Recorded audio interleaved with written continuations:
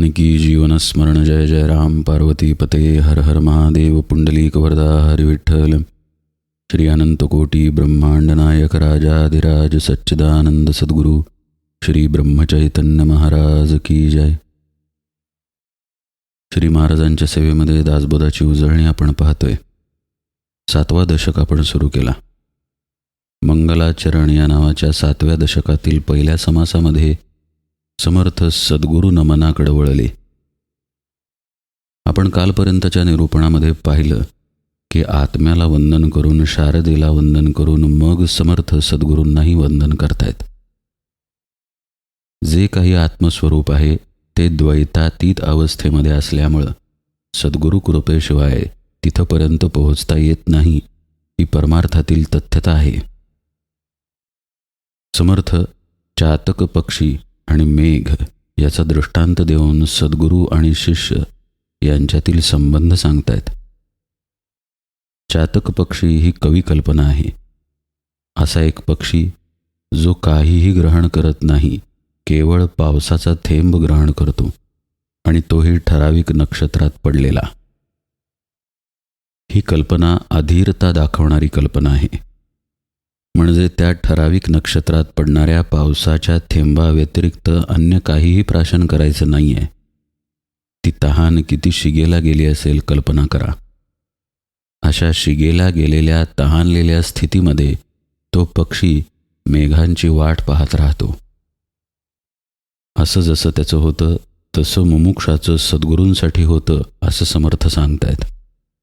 मुमुक्ष चातकी सुस्वर करुणा पाहिजे अंबर, वळे कृपेचा जळधर साधकांवरी. त्या चातकाला जसा तो थेंब मिळतो तशी सद्गुरू कृपा त्याच मुमुक्षाला प्राप्त होते जो तशा प्रकारे अधीरतेनं थांबलेला असतो. आपल्या आत असलेली तळमळ, आपल्या आत असलेला सच्चेपणा समर्थ इथं सांगतायत की जो परमार्थामध्ये आपल्या उपयोगी पडतो. आपण अनेकदा हा विषय पाहिलेला आहे की श्री महाराज म्हणतात, भरलेल्या ताटामध्ये चवीला लोणच्याचं बोट असावं तसा परमार्थ करू नये. संपूर्ण ताट परमार्थाचं असावं. समर्थ आपल्याला ती अधीरता समजावून सांगतायत की आता या नरदेहाचं कल्याण होईल. आता मला साधना मिळेल, ती मिळावी, मला भगवंताची प्राप्ती व्हावी, आपण कोण आहोत हे मला कळावं. ही अधीरता जेव्हा शिगेला जाते तेव्हा सद्गुरूंची कृपा प्राप्त होते. हे घडणं केवळ नरदेहामध्ये शक्य आहे.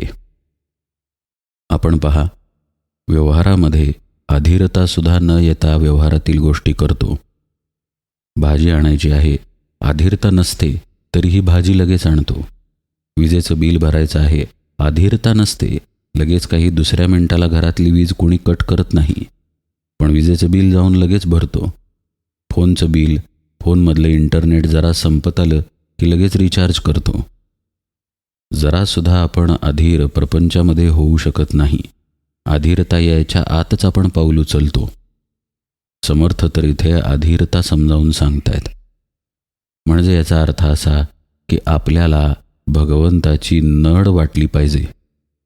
श्री महाराज म्हणतात की भगवंताशिवाय आपलं अडतं आहे असं आपल्याला वाटतच नाही, ते वाटणं महत्त्वाचं आहे. खरी तळमळ जेव्हा येते तेव्हा मनुष्य पाऊल उचलतोच उचलतो. आपल्या बोलण्यात पुष्कळ वेळा येतं पहा, नामस्मरण करण्याची खूप इच्छा आहे हो, पण होतच नाही. हे आपलं आपल्याशीच खोटं बोलणं आहे. एकतर आपल्याला इच्छा नाही किंवा आपण करत नाही, हे त्याचं स्पष्ट उत्तर आहे. इच्छा मनापासून आहे आणि आपण ते केलं नाही असं संभवतच नाही. जेव्हा आपण असं म्हणतो की होत नाही, तेव्हा आपण आपल्याशीच खोटं बोलत असतो. तिथून पुढे जाऊन सद्गुरूंशी खोटं बोलतो आणि त्यांना म्हणतो की होत नाही, कितीही ठरवलं तरी होत नाही. समर्थ मुमुक्षू कसा असतो, त्याची तळमळ कशी असते आणि मग सद्गुरूची कृपा कशी होते हा विषय सांगत आहेत. सद्गुरूंची कृपा असतेच असते. तळमळच नसेल तर तो दोष सद्गुरूंचा नाही. आता याचा थोडा सूक्ष्मतेनं विचार करूया. ही तळमळ आपोआप कशी येणार? म्हणून तर परमार्थामध्ये श्रवण मनन या गोष्टींना अनन्यसाधारण महत्त्व आहे.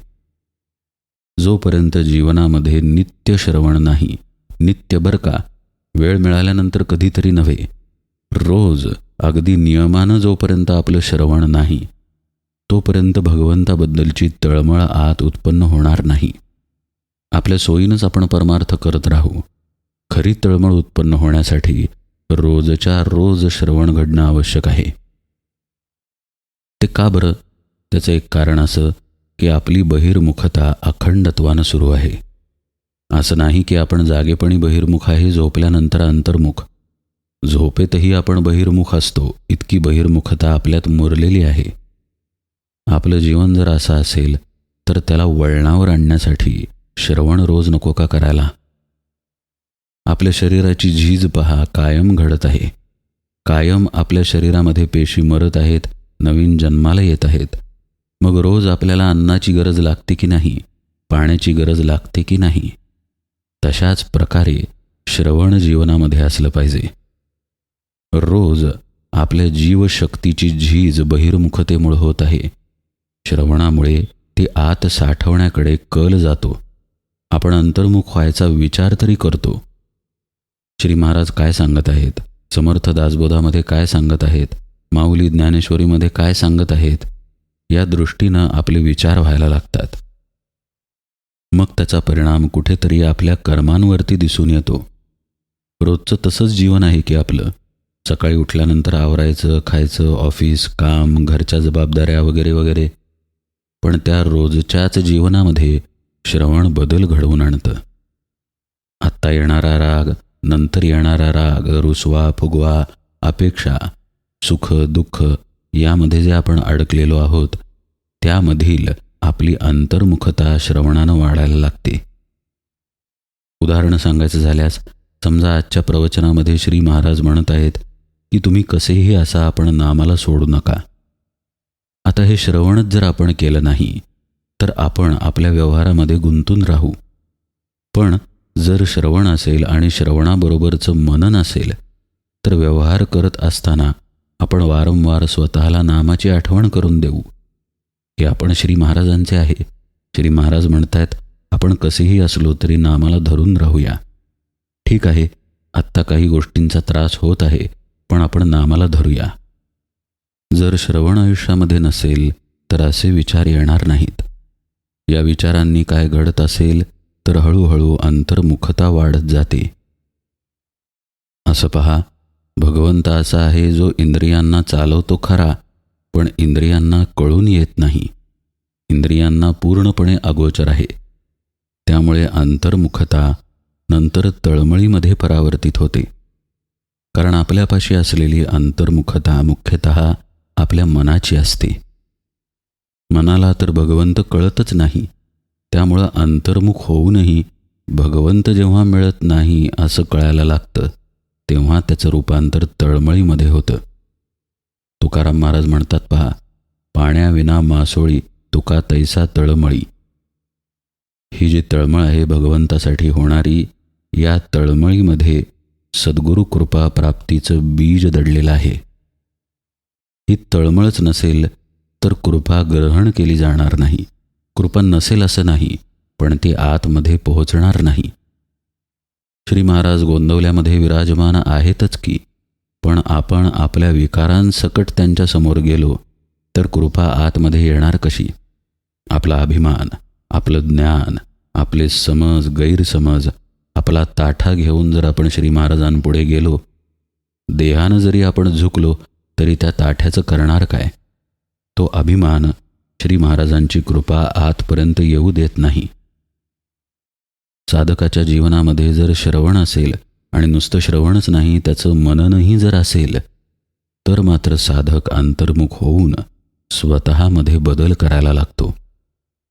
आज असलेली नामस्मरणाची तीव्रता सूक्ष्म टक्क्यांनी का असेना, पण दुसऱ्या दिवशी वाढलेली असते.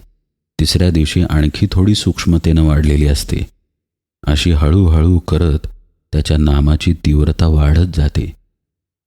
ती आपण वाढवतोय का, इकडे आपलं लक्ष आहे का, हे तरी निदान आपण तपासावं. नाहीतर काल जसे आपण होतो तसेच आज असू तर आपलं निश्चितच कुठेतरी चुकत आहे हे साधकानं पाहिलं पाहिजे. सद्गुरूंची कृपा ही पावसासारखी आहे हे आपण अनेकदा पाहिलं.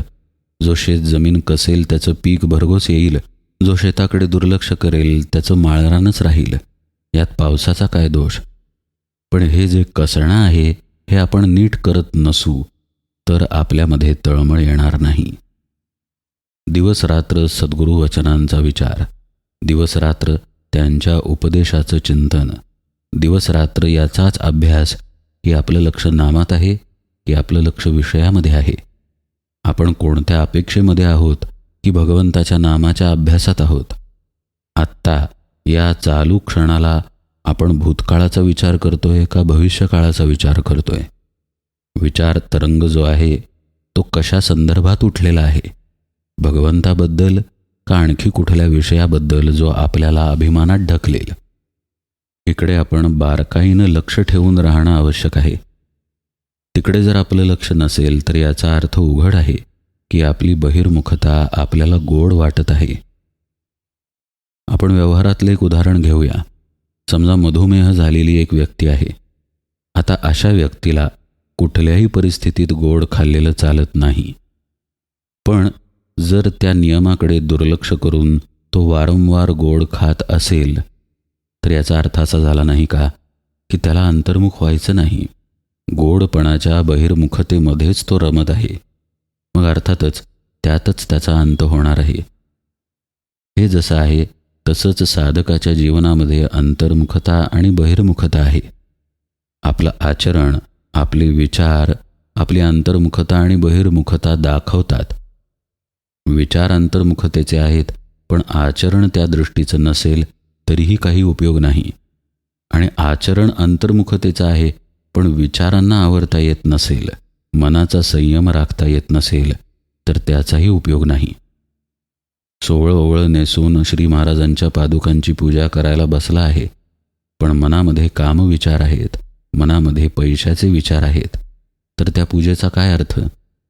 आणि असं समजा की भगवंताच्या नामामध्ये रंगण्याचा अभ्यास चालू आहे पण देह नको त्या कर्मांमध्ये गुंतवून ठेवलेला आहे तर त्याचाही काही उपयोग नाही. कारण कसं आहे, देह ज्या प्रकारच्या कर्मांमध्ये आचरणामध्ये असतो तशा प्रकारचे संस्कार मनावरती आणि चित्तावरती येतात.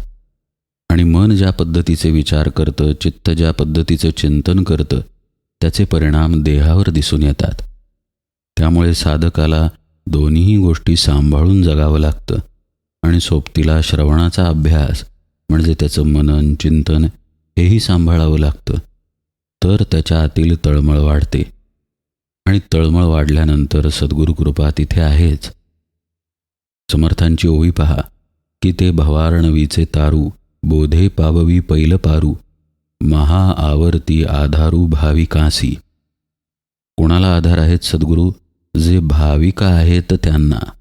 भावना विवश जे होतात त्यांना सद्गुरू आधार नाहीत. भाविक असणं आणि भावनेच्या आहारी असणं या दोघांमध्ये महद अंतर आहे. आत्ताची ही ओवी पाहिली तर लक्षात येईल की समर्थ सांगतायत सद्गुरू भवार्णवीचे तारू असतात, आपल्याला भवसागरातून पलीकडे पोहोचवतात. पण भवसागरच जर गोड वाटत असेल आणि आपल्या सोयीनं भावनेचा उमाळा येऊन श्री महाराजांबद्दल प्रेम वाटत असेल तर अशा साधकाचा उपयोग नाही. भवसागर गोड वाटतो याचाच अर्थ आपल्याला विषय गोड वाटतात, याचाच अर्थ बहिर्मुखता गोड वाटते आणि याचाच अर्थ आपण देहबुद्धीमध्ये रमून आहोत. मग आपल्या मुलाचं काम झालं, त्याचं शिक्षण छान झालं किंवा त्याचं लग्न उत्तम ठरलं, मुलीचं लग्न उत्तम ठरलं, तिचं शिक्षण झालं किंवा आपल्याला घर घेता आलं तर आपल्याला महाराजांच्या कृपेनं भरून येतं. म्हणजे आपल्या सोयीनंच महाराजांच्या बद्दल आपल्याला भरून आलं. ही झाली भावनिकता. हा भाविकपणा नव्हे. भाविकपणा समजून घेण्यासाठी सूक्ष्मतेनं भाव विषयाला समजून घ्यावं लागेल. हा भाव आहे आपल्या अस्तित्वाचा. आपलं असलेलं शुद्ध अस्तित्व हाच खरा भाव आहे आणि हे अस्तित्व आपल्या आत्म्याला निर्देशित करतं.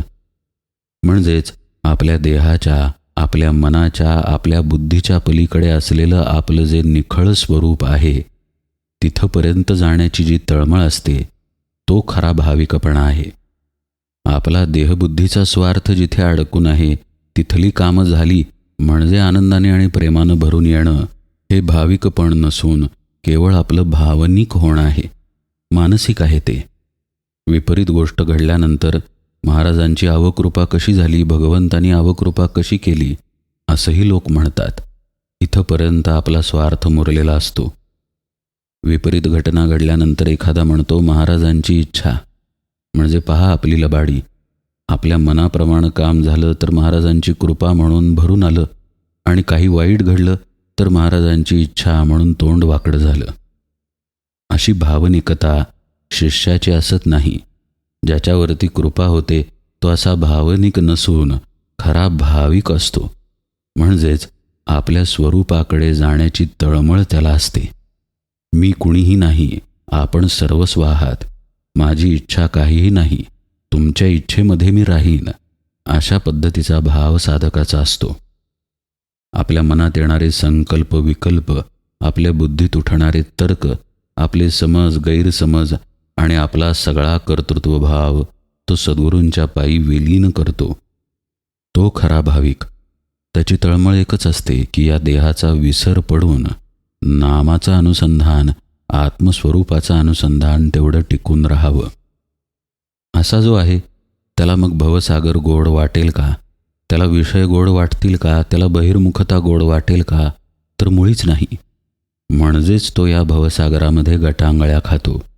गटांगळ्या खाणारा माणूस मला बाहेर काढा असं जसं तळमळीनं म्हणतो, तसाच तो सद्गुरूंपाशी तळमळीनं म्हणतो की मला देहबुद्धीतून सोडवा, माझ्या मीतून, खोट्या मीतूपणातून सोडवा. असं जो करतो त्याच्यासाठी जे तारक असतात, त्याला जे पलीकडे घेऊन जातात, असे सद्गुरू आहेत की तो काळाचा नियंता, ना तरी संकटी सोडविता, की ते भाविकाची माता परमस्नेहाळू. पुन्हा पहा, समर्थांनी भाविक हा शब्द वापरला. ज्या पद्धतीनं भाविकता आपण पाहिली, असे जर आपण असू तर मातृत्व आपोआपच सद्गुरूंकडे जातं. जेव्हा आपल्याला मनाप्रमाणे झाल्यानंतर आनंद होतो तेव्हा मग निश्चित समजावं की आपल्या मनासारखं होण्यासाठीच आपण सद्गुरूंकडे गेलो होतो. म्हणजे तसं घडलं म्हणून आता सद्गुरूंबद्दल प्रेम. तसं घडलं नसतं तर. श्री महाराज एके ठिकाणी म्हणतात पहा, रामाच्या कृपेनं विषय मिळाला म्हणजे रामाकडे तुम्ही विषयासाठीच गेला, रामासाठी रामाकडे गेला नाही. जो रामासाठी रामाकडे जातो तो भाविक असतो. हा राम आपलं आत्मस्वरूपच आहे. म्हणजेच मगाशी पाहिलेला विषय की जो स्वरूप प्राप्तीसाठी तळमळतो तो भाविक असतो. मग सद्गुरू कसे आहेत, कोण आहेत? तर असा जो भाविक आहे त्याच्यासाठी ते आई आहेत आणि ते काळाचे नियंते आणि संकटातून सोडवणारे आहेत. काळ ही संवेदना देहबुद्धीला लागू पडते आणि काळाचे सद्गुरू नियंते आहेत, म्हणजेच ते आपल्याला देहबुद्धीतून बाहेर काढणारे आहेत. आणि हेच खरं संकट आहे. एक देहबुद्धी नसेल तर कुठल्याही संकटामध्ये मनुष्य नाही. जी संकटे आपल्याला आल्यासारखी वाटतात, ज्या संकटांमधून आपण सुटतोय असं आपल्याला वाटतं, ती सर्व संकटे आपला देह आणि मन या पातळीवरची असतात. ही संकटे परमार्थामध्ये गौण आहेत. परमार्थामध्ये मुख्य संकट देहबुद्धीचं आहे, द्वैताचं आहे. सद्गुरू याच संकटातून सोडवतात. श्री महाराज एके ठिकाणी म्हणतात पहा, देहाचे भोग देहापर्यंतच असतात, पण देहबुद्धीत जर नामानं गेली तर देहाचे भोग असले म्हणून बिघडलं कुठे? त्यामुळं माझा माणूस जो आहे तो देहाचे भोग आनंदानं सोसेल. हे श्री महाराज जे सांगतात त्यामध्ये सद्गुरू सत्शिष्य संबंधच श्री महाराजांनी सांगितलेला आहे की शिष्यानं त्याच्या इच्छा, त्याचं सर्वस्व सद्गुरूंना देऊन जगलं पाहिजे. आपल्या मनासारखं होईल म्हणून सद्गुरूंकडे जाता कामा नये. असं जो खरेपणानं सद्गुरूंच्या पायी राहतो त्याला मग ते संकटातूनही सोडवतात आणि अक्षरशः त्याची आई बनून राहतात. की जो परत्रींचा आधार, की ते विश्रांतीची थार, ना तरी सुखाचे माहेर सुखस्वरूप. ऐसा सद्गुरू पूर्णपणी, तुटे भेदाची कडसणी, देहविण लोटांगणी तया प्रभूसी. अलौकिक ओवी आहे ही. समर्थ म्हणतात, देहाशिवाय सद्गुरूंना मी लोटांगण घालतो. म्हणजे काय, तर देहबुद्धीशिवायच सद्गुरूंना शरण जातो. म्हणजेच सद्गुरूंना शरण जाणं हे आंतरिक आणि बाह्य दोन्ही अंगानं घडलं पाहिजे. अंतरातील इच्छा, वासना, कामना सर्व सद्गुरूचरणी अर्पण केल्या पाहिजेत आणि बाहेर वर्तनातही सद्गुरूंची प्रामाणिकता राखली पाहिजे. या दोन्हींचा अभ्यास जर आपण ठेवला आणि शिवाय आपली सद्गुरूपदिष्ट साधना सांभाळली तरच आपल्यातील भेद तुटेल. तो भेद सद्गुरूच तोडतात, पण तिथे साधना करून साधकाला ते कार्य आपल्या आत करावं लागतं. नाहीतर मग शेत कसणे याला अर्थच राहणार नाही. समर्थ सांगतायत, असे जे सद्गुरू आहेत, जे स्वतः पूर्णच आहेत, म्हणजे परब्रह्मस्वरूपच आहेत, तेच भेदातून, द्वैतातून, देहबुद्धीतून सोडवू शकतात. त्यांना देहाशिवाय मी लोटांगण घालत आहे. म्हणजेच काय, आपला मीपणा टाकून देहबुद्धी बाजूला करून त्यांना लोटांगण घालत आहे. समर्थ सांगतायत की अशा प्रकारे काया वाचा मनानं सद्गुरूंची सेवा करून साधनेमध्ये देहाला पूर्णपणे विसरून स्वतःला सद्गुरूंमध्ये अर्पण करून टाकावं. हेच खरं सद्गुरूंना केलेलं वंदन. वेगळेपणानं केलेलं वंदन बाहेरच्या बाहेर राहील. मग मनुष्य सद्गुरूंना नमस्कार करेल, पण पाठ फिरल्यानंतर मात्र आपल्याला जे करायचं तेच करेल. ते खरं वंदन नाही. आपण त्यांच्यामध्ये विलीन झालं पाहिजे आणि राहिलोच तर त्यांच्या कृपाछत्रात राहिलं पाहिजे. समर्थ आता पुढे समासात काय म्हणतात तो भाग आपण उजळणीमध्ये यथावकाश पाहूया. आज निरूपण सेवेला इथेच विराम देतो. जानकी जीवन स्मरण जय जय राम.